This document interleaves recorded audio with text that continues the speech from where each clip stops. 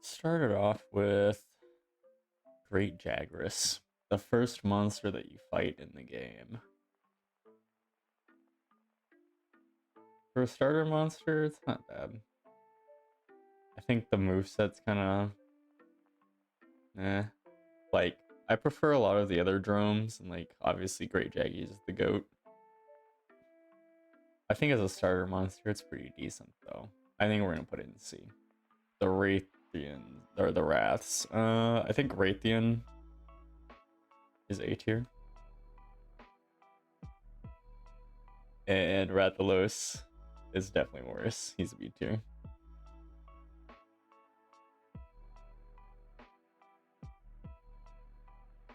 Rathalos is just more annoying because he flies a lot more. And flash bombs aren't functional. At least as useful as they were like in older games where you actually got like a full knockdown for a little bit.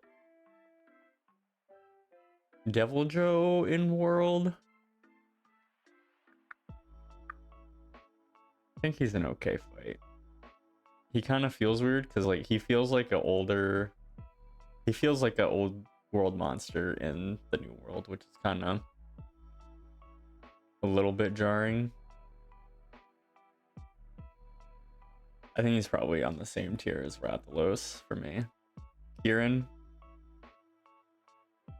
D tier.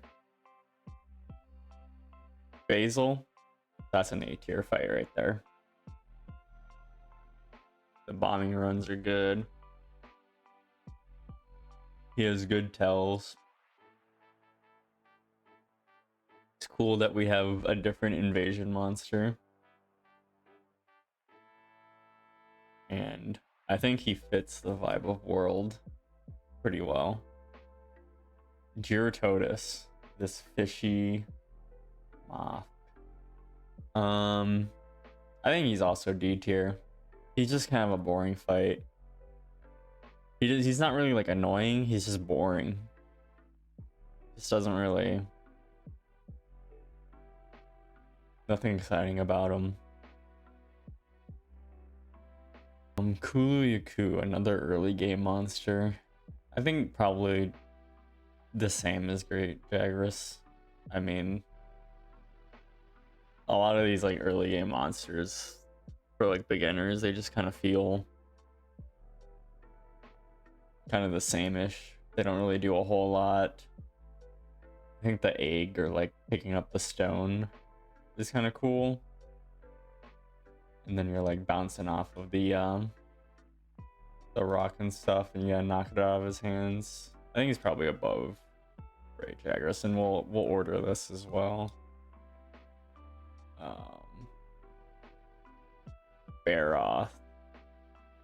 Baroth is, he's an okay. He's fine. Some people hate him. I don't hate him. I think he's fine. I do think that he does need a break for Wilds. I don't think he should return. He's been in every game since he came out in Troy. I think Baroth can take a break for the next game, but I think his fight's fine. It's just another one of those early game fights that's just not super exciting. Anjanath. This is probably like the first monster that like really gives new players trouble in World. I think he's probably, for me, maybe just a little bit higher. Probably in between Devil Joe and Rathalos. The Flame Breath is alright. He has decent tells. His hit zones are pretty decent. The Great Gyros.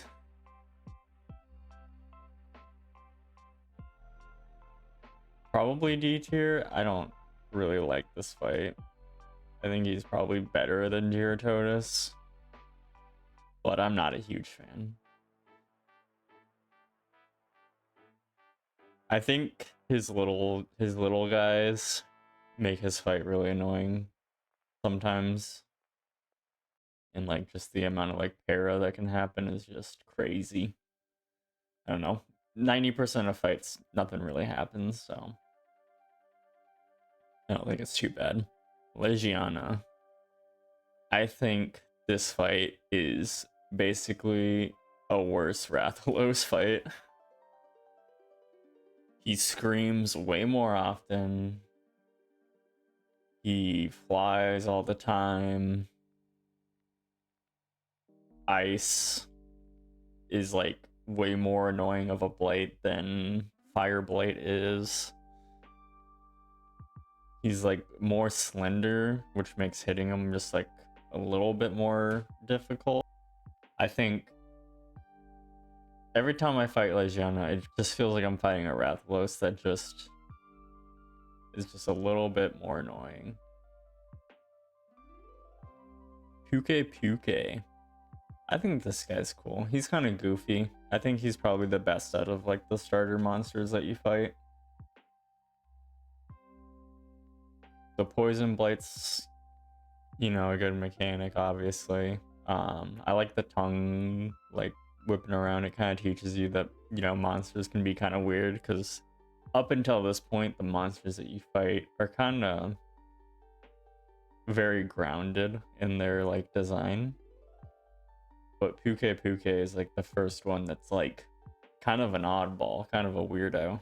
I think it's a good like vibe setter of what to expect from Monster Hunter monsters. Odo Garen. I think regular Odo Garen is an A tier fight. I think probably just below Basil.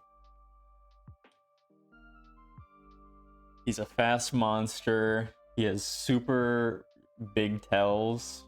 I think that like it's like the first monster that's like, oh, okay, this is a fast monster, but he kind of teaches you like how to position. It's like a lot of his moves kind of like move him around the arena, so you have to like know where he's gonna end up after the moves. Paolumu, I don't like this monster at all. I think he's worse than Gyarados. I don't like monsters that fly, and the ones that do, they have to at least like look cool or do some cool stuff or have like cool looking armor or something. This guy is just like a rat that's like gross, and his moves suck. He's not really cool. His armor's weird looking. I don't know. Not a big fan. Pink Raytheon, I think, is a better fight than regular Raytheon.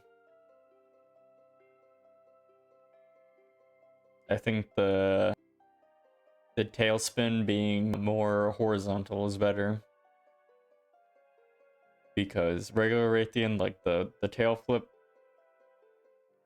is really easy to dodge, like exceptionally easy. So I think the spin that Pink Raytheon gives on it, it teaches you a lot about how like subspecies can change and make their moves just like stronger versions of their regular counterpart. Rattlebon, I think this is an okay monster. Sometimes he rolls around like way too much, but I think for the most part, he kind of just stands there and takes all of his hits. Sometimes he does like some tremor stuff, but I think for the most part, he kind of just stands there. Let's do Ebony, the subspecies of regular Odogarn. I think this fight is a lot worse than the standard Odo fight. I think this is probably like top of C tier for me.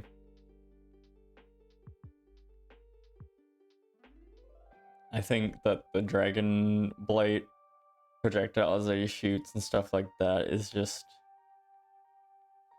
I don't know, for me, it's not for me. And like, I think Odo being like a melee focused monster that prioritizes like bites and stuff, it's just kind of weird to see that the subspecies just like makes them shoot like fireballs, or like I guess Dragon Blight balls. if you're not using the right weapon with Ebony, it just feels like such a slog of a fight. Let's keep with the subspecies. Azura Rathalos is... I think he's still better than Legiana.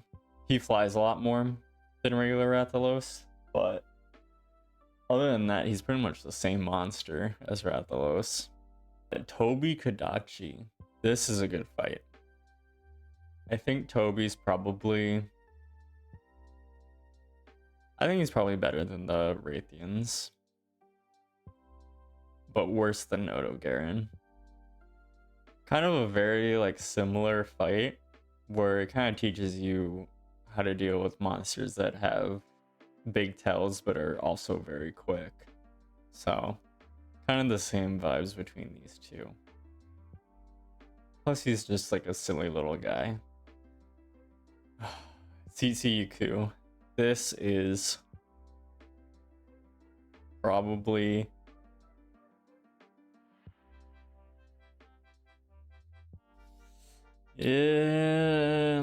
I think better than Palumu. Compared to earlier games in the series, I think as a troll monster, he's like definitely one of the weakest troll monsters that have been introduced. For example, like Gypsaros has the whole playing dead mechanic, which is very fun. You have things like Nibble Snarf, which you can like fish out of the sand or make them eat barrel bombs. The Kuru Peko from 3rd gen that can call other monsters to come to the area. I think those are all like way better gimmicks than this guy just basically having the Gypsaros flash, and that's it. Teostra. Teostra is an S tier fight. He has obvious tells. You're able to counter them, you're able to position around them. Nothing that he does feels unfair. He can be annoying with like the flame rain in master rank, and sometimes he runs around a lot, but that's more like annoying if you're trying to kill him quickly. But as like an actual fight, I think everything that he does makes sense. Plus his gear is also really good as you're progressing through the game. Nergigante. This is another S tier fight. I think this is probably better than Teostra. Nergigante was one of my favorite fights in Base World.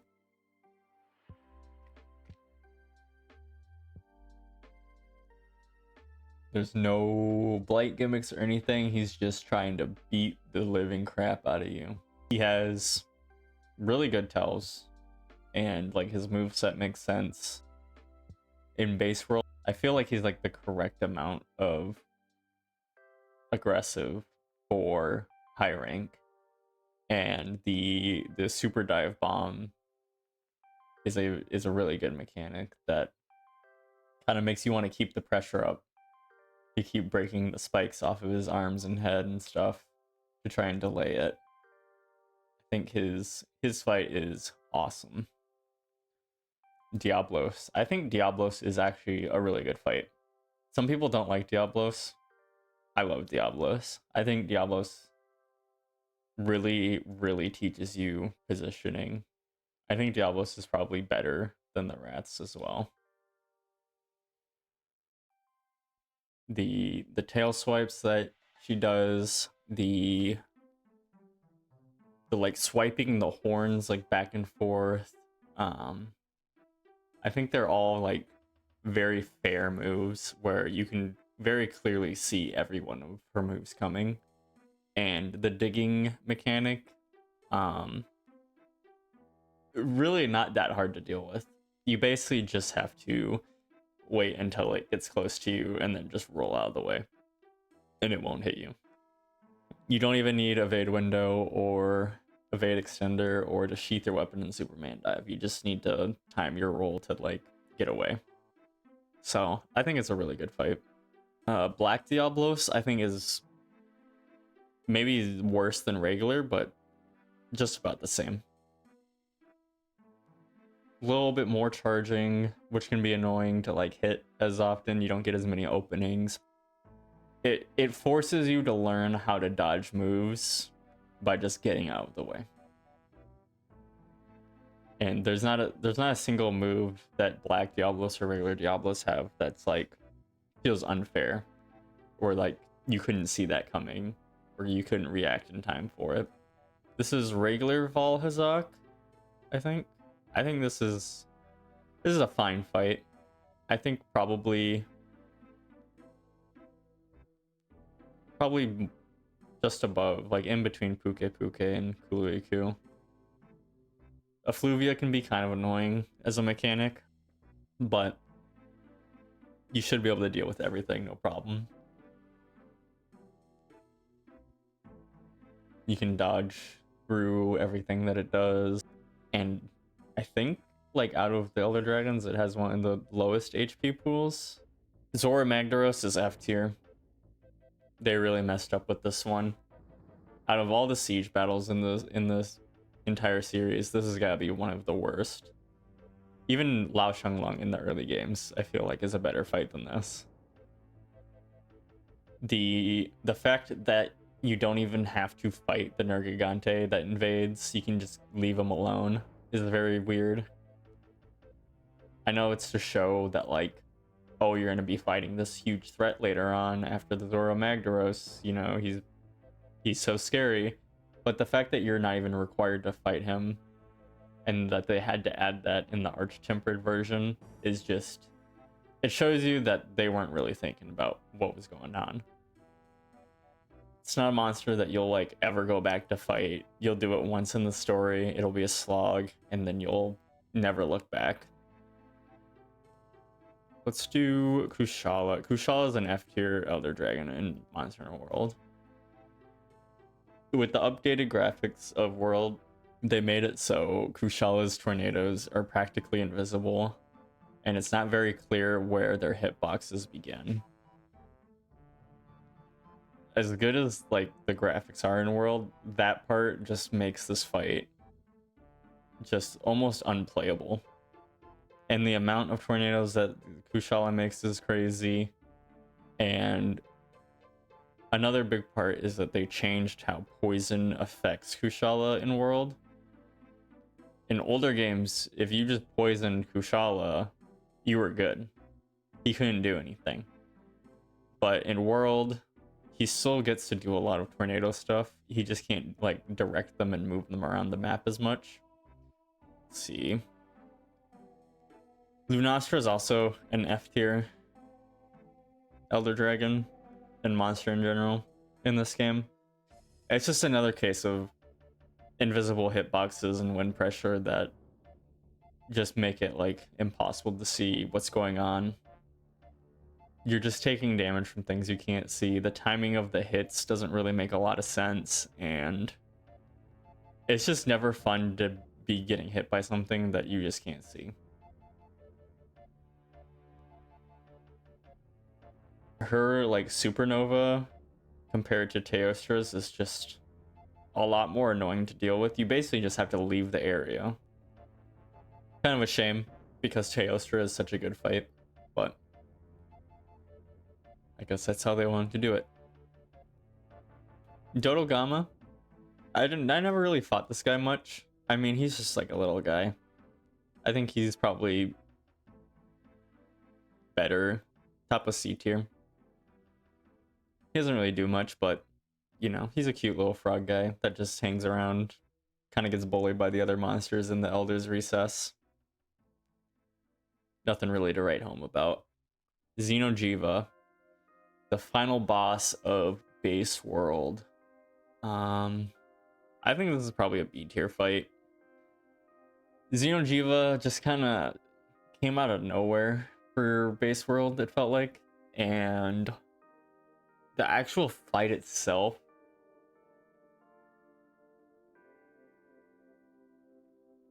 it just was like another one of the like big monster fights.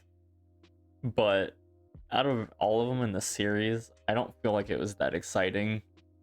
And I think he looks cool. He's kind of like a very like alien creature. I think his aesthetics are probably the best thing about Xeno'jiiva. So I think he belongs in B tier. Behemoth. This is an S tier fight. For sure. When Behemoth came out was like a very, very memorable moment for Monster Hunter World. It's very interesting how they worked the MMO design quirks into the fight, with someone having enmity, but the only thing that I think is gonna make me bring him down to A tier is he introduced the one-shot move mechanic that kind of has been plaguing Monster Hunter World. It was a really cool move when it came out, the Ecliptic Meteor. It was cool that you had to use the comets and hide behind them, but it started a very bad trend. Leshen and Ancient Leshen. I think these fights are fine. I think the Witcher collab as a whole was pretty decent. I mean, The Witcher was pretty popular, and kind of having more mainstream video game collaborations in Monster Hunter was very interesting. I never really fought the Leshens too much. I thought their fights were okay. Some of their moves kind of feel weird, like they don't really belong. Whereas like Behemoth's moves, even though it is very Final Fantasy 14, it feels like it belongs in the game, at least. And the way that they implemented it into World makes sense. But the Leshens, they seem a little bit more out of place for me. Kolv Taroth. I think this fight is a really good fight, except for Area 1. The first area that you fight Kolv is an absolute nightmare. You just get pushed around everywhere. There's like half the time the camera's glitching in the wall. And I think for that, it's going down to C tier. I think if we could circumvent that first area for me, it would be probably somewhere in A tier for me. We'll do Uragaan next. I think Uragaan is literally just a better Radobon. I don't understand why they introduced Radobon. Like, obviously they need a monster for the Rotten Vale, but like Uragaan is just better. He's cooler. He's been around longer. He's got a big old chin. But I mean, in reality, they're just the same monster. Lavasioth? Kind of a not great monster. I liked Lavasioth in the older games a bit better. I don't think Lavasioth really works very well in World. It's cool that they're keeping around Lavasioth, but I don't think he quite works in World. Black Veil. Black Veil is probably better than Zorobagdaros, but not by much.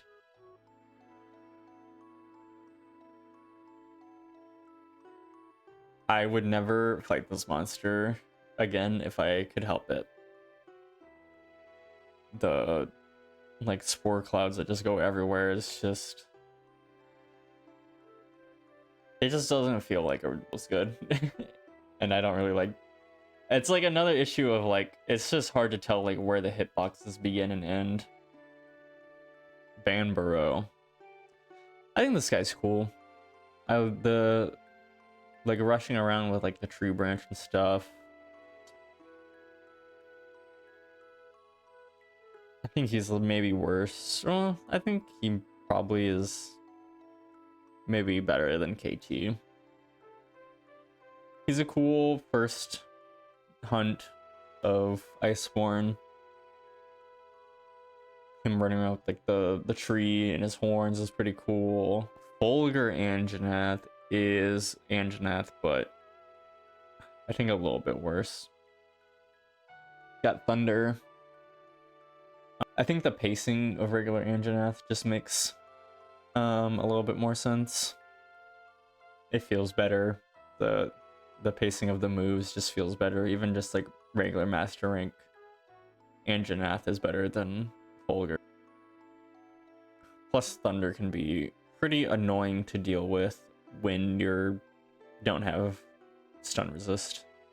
Beototis, the ice basically version of Gyrototis, I think it's better than Great Gyros, and probably better than Lavasioth, to be honest.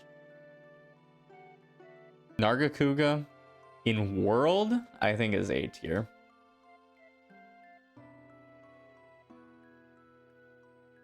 I think in older generation games, Nargacuga is easily, potentially even an S+ tier monster.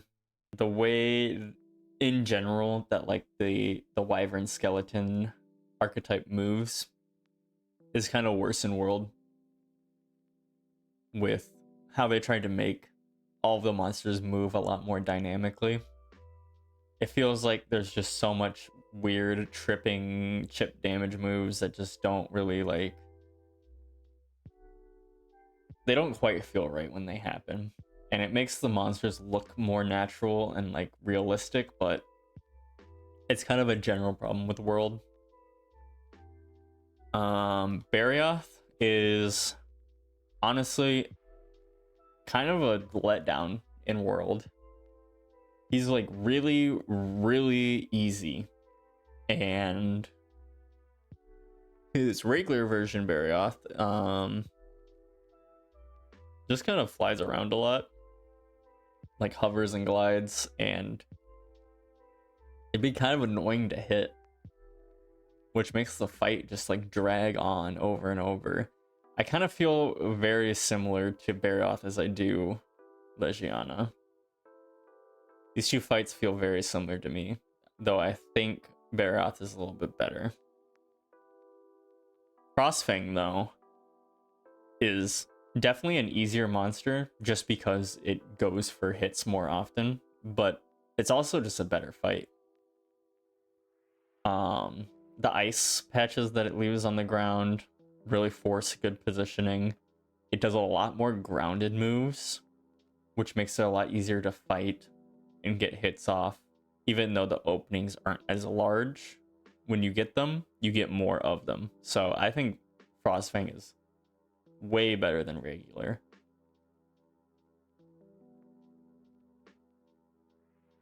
Nightshade Palumu is F tier. Sleep is annoying, and Palumu is already a bad monster. So the fact that they gave Palumu Sleep, this fight just sucks. It's annoying. I never have fun with this fight. Coral Puke. Honestly, I prefer the regular one, but they're like the same monster.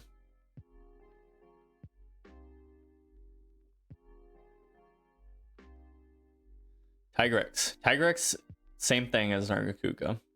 I think probably worse of a fight than Nargacuga, but it's the same deal with how they changed the Wyvern Skeleton behavior and the behaviors of monsters in general, where they just have so many weird little trip things that happen. And like in older games, Tigrex and Nargacuga are like some of the best fights in the entire series, but I think they kind of struggle in World. Glavenus is actually really well adapted to World from Generations.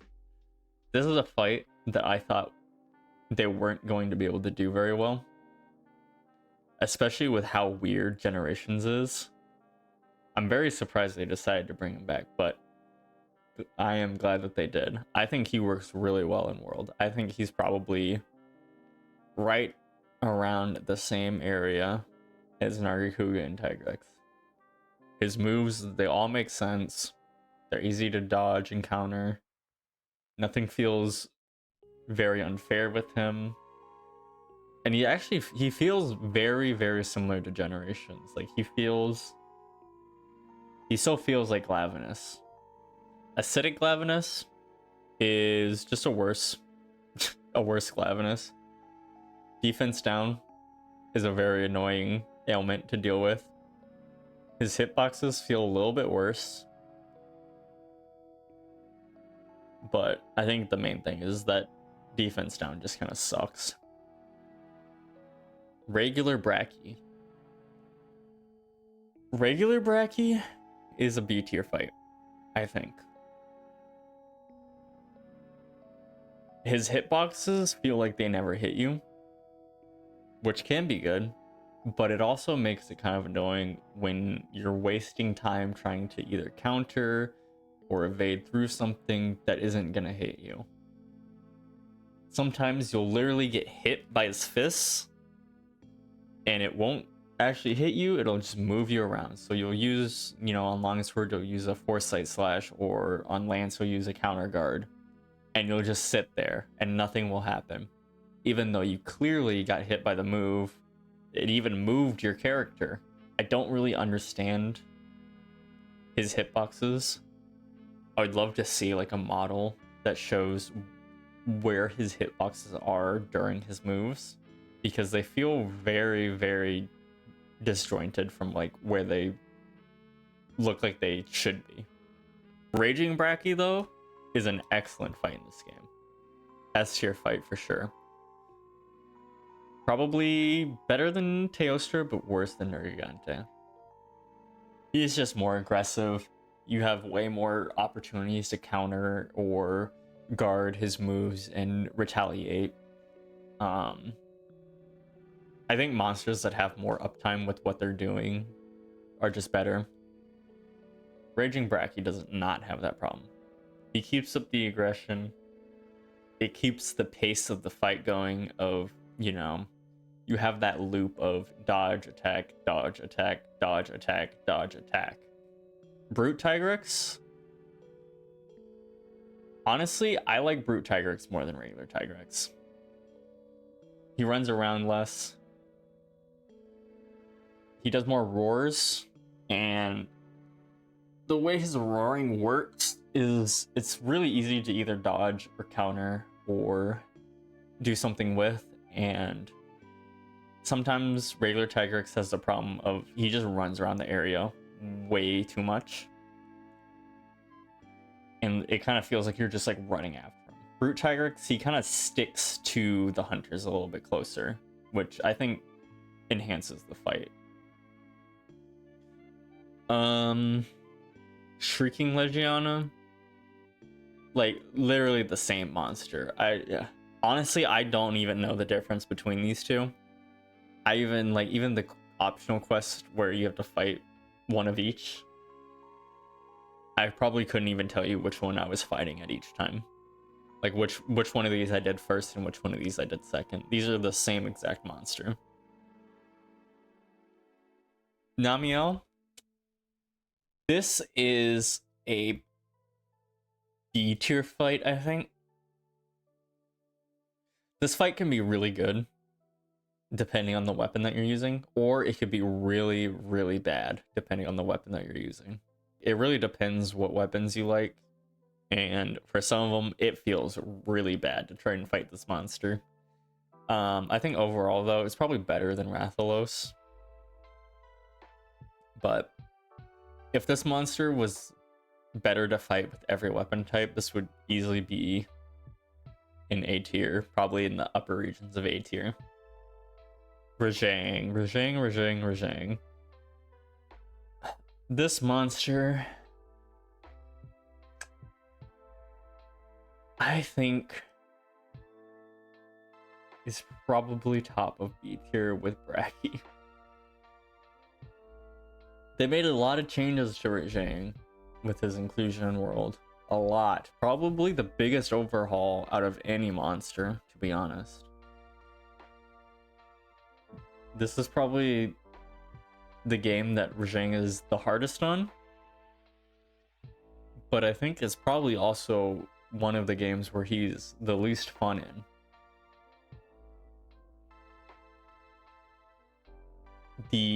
A big part of why I really liked Rajang in the old games was it was really a good opportunity to practice AI manipulation of monsters to bait out specific moves to create openings. And with the way that world functions, the monsters are a lot more random. So one of the biggest draws of Rajang of being able to bait out the moves that you want and create those large openings for those big attacks is kind of gone. You just have to get lucky and just hope that he does the moves that you want him to. Furious Rajang is a better fight just because he is more aggressive and he does, more stuff. He also does not do the ground lift that regular Rajang does, which can be kind of annoying. I think Furious is a better fight, but I still think that the Rajangs in general, even though this is probably the hardest that they've ever been, it's just not very fun to fight them. Viper Toby Kadachi, I think, is a better Toby, but I think in general it's a very similar fight. You definitely can be kind of like a hard check for players going into Iceborne just because of the paralysis. That could definitely be tough, but I think overall very similar fight. Zinogre in world is just great. He's the same Zinogre that has the really big tells, and he's just fun to dodge the moves and then hit him. He gets pretty good hit zones when he's in his electric state. Before that though, his hit zones are actually really bad, and that's more of an issue with Iceborne having the clutch claw mechanic with tenderizing more than it is with Zinogre. Stygian Zinogre is like probably one of my favorite fights in the entire game. It's basically just Zinogre, but he gets way more combos with his moves. It's way more dynamic of a fight. He gets to connect his moves way longer than regular Zinogre, and it kind of gives like a more longer between each opportunity that you get. But because his tells are so big and his hitboxes make sense, I think it works with having a little bit longer distance between each opening. Gold Raytheon, probably the weakest of the Raytheons, to be honest. Flies around way too much, really bad hit zones. Doesn't really feel like a Rathian, to be honest. Gold Raytheon just flies around way too much. It feels more like a Rathalos than a Raytheon when you're fighting it. Silver Rathalos, I think, is better than regular, or like probably in between these two. Azure Rathalos is just kind of boring. Kind of just feels like a regular Rathalos that flies around even more. Silver Rathalos at least changes it up a little bit. He's got the super fireballs and stuff like that, but he still has really bad hit zones, just like Gold. So I think he cannot, unfortunately, be better than regular Rathalos. Velkhana, the flagship of Iceborne. I think Velkhana is a really good fight, and a welcome addition to the Elder Dragon family in the series. I think honestly, probably a better fight than Teostra.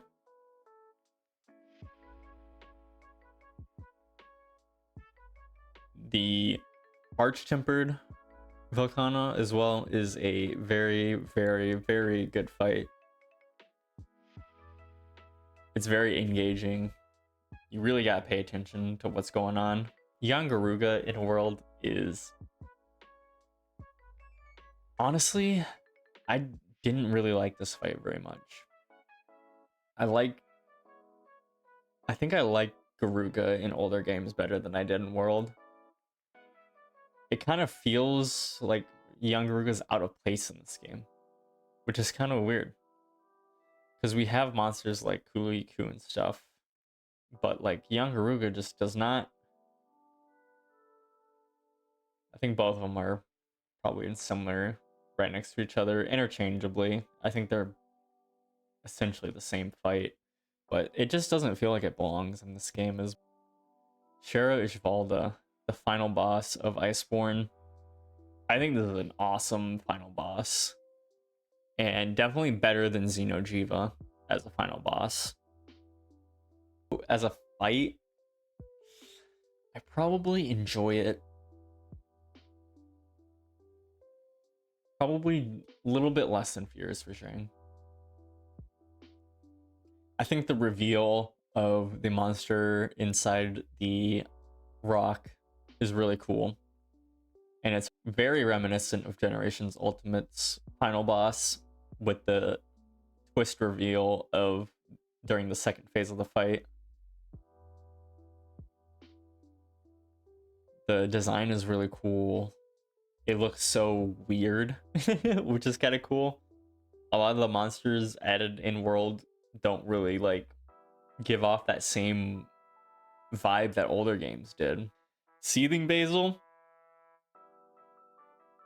I think, is probably basically on par with regular Basil. The changes that he gets aren't super crazy. He just kind of feels like a souped up Basil Goose, which is like, you know, it's already a good fight. So Savage Joe, honestly, I think worse than regular Devil Joe. Well, I don't know. It's kind of tough because the things that Savage has that are better than Devil, some of like the breath attacks are better and stuff like that. But I think overall in World, they didn't really utilize the Devil Joes as much.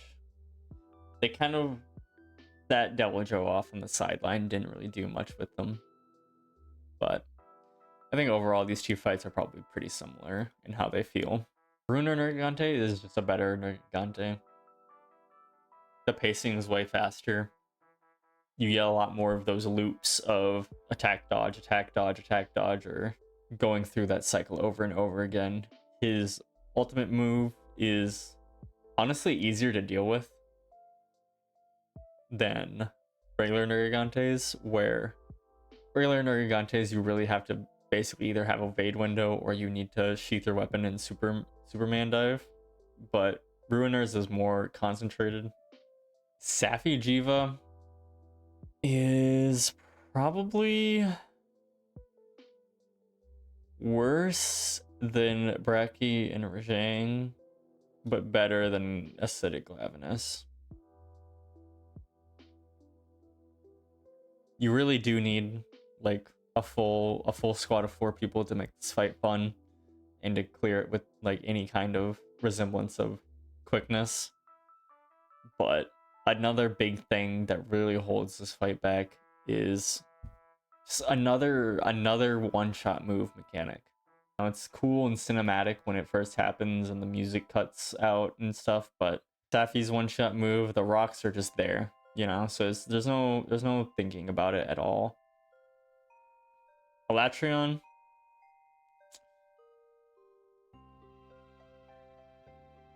just another, could have been a really good fight. I think probably worse than Behemoth. We just have another one-shot move mechanic, and the entire design philosophy of World was raw damage was king, and Elatrion forced you to use Elemental in a game where Elemental is really bad. Having a DPS check in a fight is really weird. It was really out of place of having like a very explicit DPS check. Unfortunately, Electron kind of sucks in World. And last, but definitely not least, we have Fatalis in Iceborne. This is a very, very, very good fight. This is the hardest that Fatalis has ever been and probably ever will be. He truly is like the final challenge of Iceborne. This is probably one of the hardest fights in all of Monster Hunter, period. People will say that World and Iceborne and the 5th generation in general made Monster Hunter way too easy, but Fatalis definitely brings that challenge back to the series.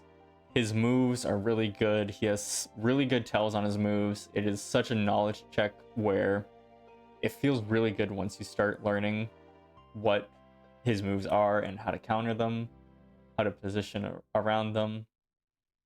And I think the only thing that really I could even say is a negative about this fight is the requirements to break the horns are kind of like another DPS check, where if you don't get at least one horn break by phase 3 and you don't have any binders or anything left, you might as well just abandon the quest. Other than that, I think his fight is about as perfect as it can get. It is super challenging, super rewarding, and there's definitely a reason why there is so much hype around his return for Iceborne.